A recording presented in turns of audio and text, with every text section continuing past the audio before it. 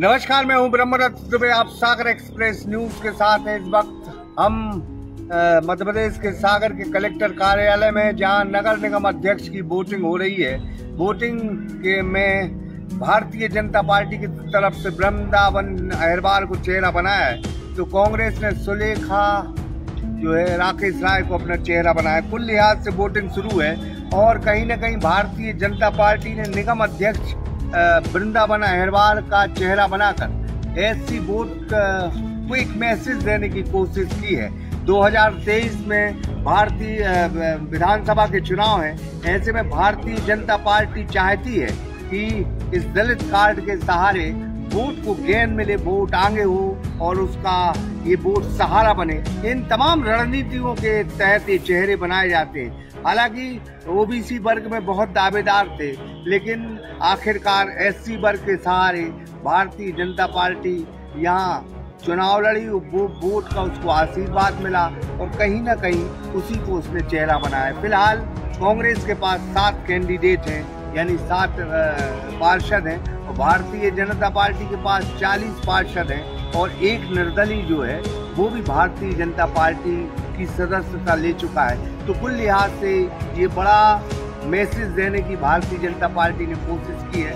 आप तस्वीरें देख सकते हैं कि ये कलेक्टर कार्यालय है और यहाँ कलेक्टर कार्यालय में वोटिंग अंदर हो रही है और यहाँ बैरिकेड्स लगे हैं। तो जो कार्यकर्ता हैं वो बैरिकेड्स के उस पार हैं, यानी बाहर वृंदावन अहिरवार का इंतजार कर रहे हैं। बिल्कुल चुनाव परिणाम पूरी तरह स्पष्ट है कि वृंदावन अहिरवार निर्वाचित नगर निगम अध्यक्ष होंगे, इसमें कोई शक नहीं, क्योंकि भारतीय जनता पार्टी के पास पूरी मेजोरिटी है, उनके पास 40 पार्षद हैं। तो कुल लिहाज से भारतीय जनता पार्टी एक मैसेज देने के लिए वृंदावन अहिरवार का चेहरा सामने लाती है।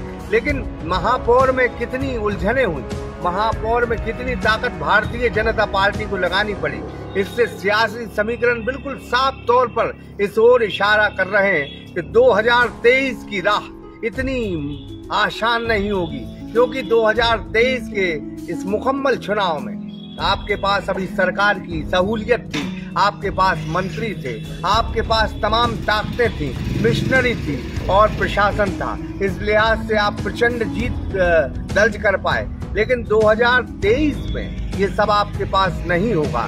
ऐसे में जो कांग्रेस जिस अंदाज में चुनाव लड़ी, उसका जो दावा था कि कहीं न कहीं भारतीय जनता पार्टी ने सत्ता का दुरुपयोग किया है, तो लिहाजा ये आरोप लगते रहे और लिहाजा बहुत सी मध्य प्रदेश की तस्वीरें बयां करती रही कि ये आरोप कहीं ना कहीं सत्ता पक्ष के उस रवैये को इंगित करती हुई भी दिखी है। मध्य प्रदेश की अगर पूरी तस्वीर देखी जाए तो मध्य प्रदेश में चाहे पंचायत के चुनाव हों, चाहे नगरीय निकाय के चुनाव हों, मंत्री और मुख्यमंत्री खुद प्रदेश अध्यक्ष उसमें रुचि लेते दिखे हैं। उसकी ये वजह रही है कि ये चुनाव सत्ता का सेमीफाइनल है।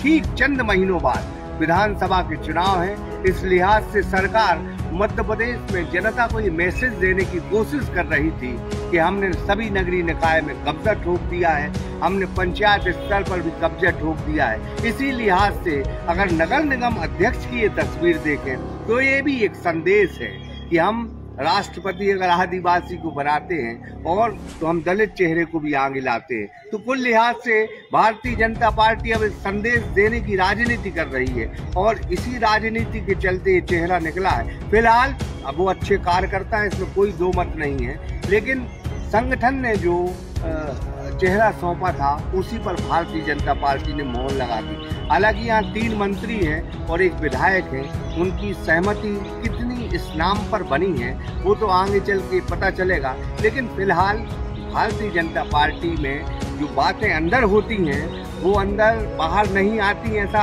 भाजपा कहती है, लेकिन हर बात आजकल बाहर आ रही है और आज और कल या परसों में ये बात भी बाहर आ जाएगी कि किस अंदाज में अध्यक्ष बने। तो कुल लिहाज से हम लाइव तस्वीरों के साथ आपको ये दिखाने की कोशिश कर रहे हैं कि हम मध्य प्रदेश के सागर कलेक्टर कार्यालय में हैं, जहां नगर निगम अध्यक्ष का चुनाव हो रहा है और चुनाव ये बताने की कोशिश भारतीय जनता पार्टी कर रही है कि हमने एक चेहरा दिया है।